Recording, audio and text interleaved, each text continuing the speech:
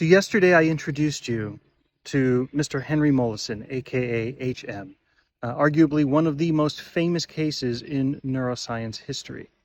If you haven't watched that video, please go back and watch it before I continue with the results of his psychologist Dr. Milner's findings. See, Dr. Milner would meet with Henry almost daily, performing tasks, trying to test whether his memory was completely gone. And it turned out it was, and yet it wasn't. Each day he would introduce himself anew, as if he'd never met her before. And yet, while they worked together, his working memory remained intact. Roughly 20 seconds he could remember before the data just sort of flowed away as if, on a river. Similarly, he would start to learn motor memory tasks. She would give him, for example, a task to draw on a piece of paper a particular shape while looking in a mirror. This is hard for almost anyone. And yet it would get easier and easier each day that he tried. He would even remark sometimes, "My, this was much easier than I thought it would be," having never remembered doing the task. Other things also seemed to stick. They would give him crossword puzzles. On those crosswords, he would even start to remember facts that occurred after, such as the fact that John Glenn was, quote, the first Rocketeer.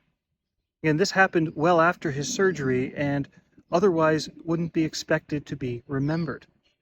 When his mother eventually passed and he was told, he was of course devastated, and yet he forgot this news and had to be reminded again and again.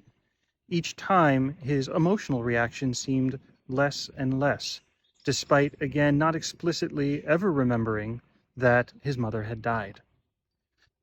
Henry eventually died in 2008 at the age of 82, and yet his legacy still informs so much of what we do in neuroscience.